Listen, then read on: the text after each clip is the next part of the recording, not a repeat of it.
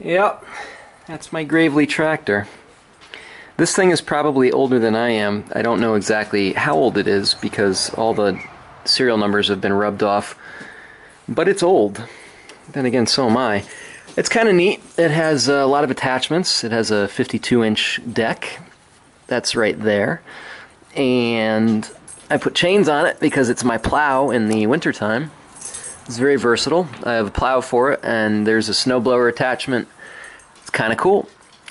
Only problem being is I've been having some major engine difficulty. This is where the engine normally goes. You can see it's not there.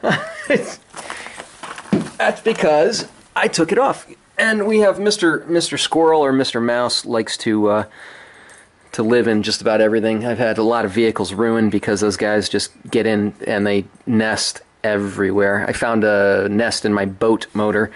But this is a transmission. You can see all the neat little gears in there. I don't see anything broken, which is always a good sign. But that gear oil hasn't been changed in probably a million years, so I'd say it's time. But that brings me over to here, and I know the lighting is really terrible. This is my garage, and it's a kind of a disaster zone.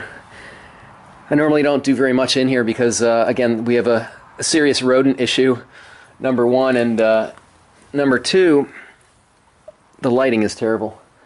So I tore the engine apart.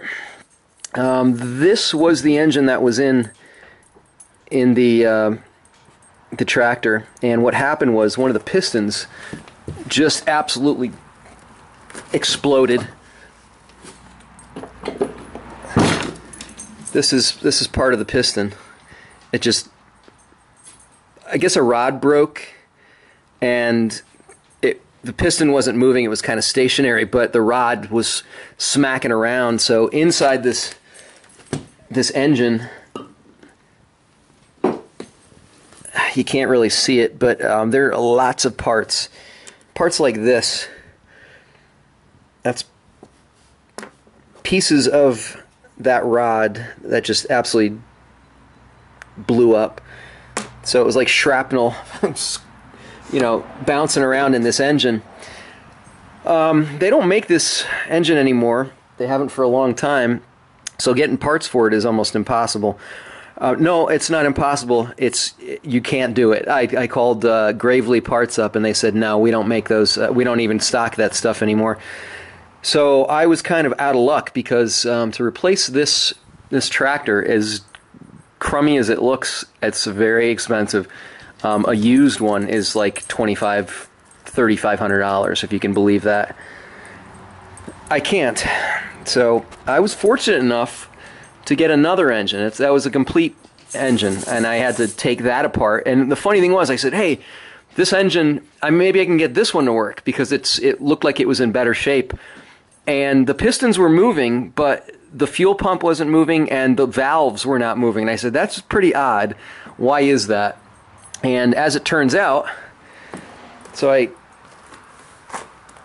wanted to go about this in the easiest manner. I didn't want to have to take both engines apart. I was hoping I could just take a good piston out of here and put it in the bad, the other engine. But so what I found was, this is a cam, and if you can see it, there are about 30% of the teeth missing. They were just ground off completely.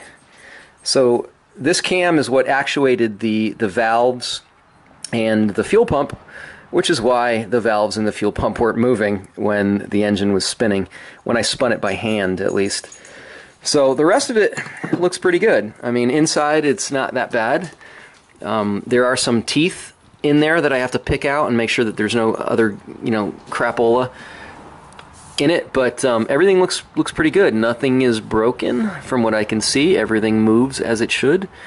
It's an absolute nightmare. The way these are designed is beyond stupid.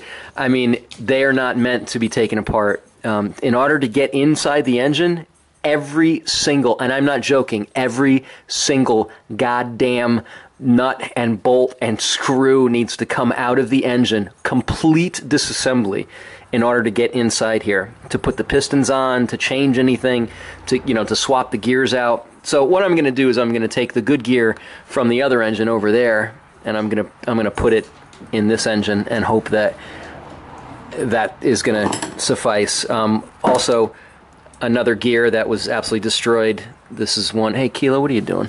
What are you doing, bud? This gear fit in. Stop it. Up above the main cam.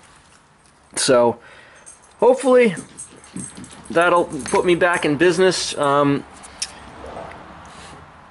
I'm hoping that we can find some gaskets or gasket kits for this. I mean, those hopefully will be around, but everything else looks okay.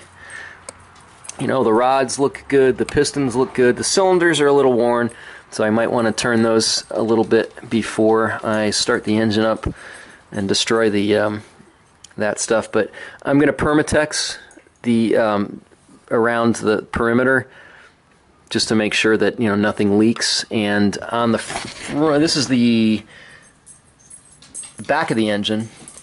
Just had to think there for a second. You can see that there was a gasket here that was paper gasket that it has ripped when I separated the back. This is the back of the so that's where the shaft comes out, the drive shaft. This is these are the gears that go into the transmission, and there's I mean, these are super delicate. It's amazing. But so those gears go on the back. That's not part of this. This is, they call it a jug. I don't know why. That's a cylinder head down there. Again, the back of the engine. I might be able to Permatex that if I peel this stuff off and just coat it with some Permatex. It might work. I don't know if I'm willing to risk that, because if I can get my hands on a proper gasket, that would probably be better.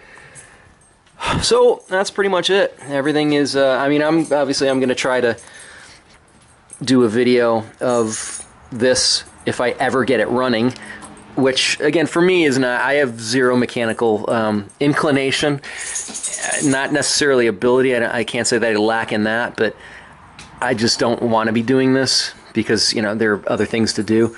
But aside from having someone else do it for me and paying quite a bit of money, or you know, having to rely on somebody else, which is an absolute, you know, never happens. You have to do it yourself. So I literally just, there's nothing on YouTube that shows how to do this. There's nothing, you know, again, I have very little background in this as far as disassembly. I mean, I know how it operates. I understand the concept of it, but as far as, you know, the disassembly and everything else, I figured why not give it a shot, because if I can't get this to work, I'm going to have to get a whole new tractor.